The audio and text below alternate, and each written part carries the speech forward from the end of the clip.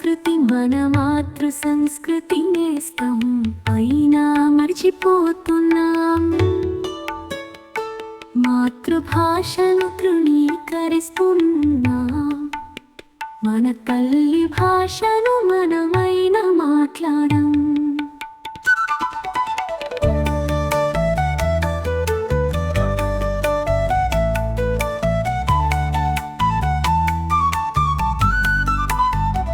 పిల్లలకు తెలుగు నేర్పించం.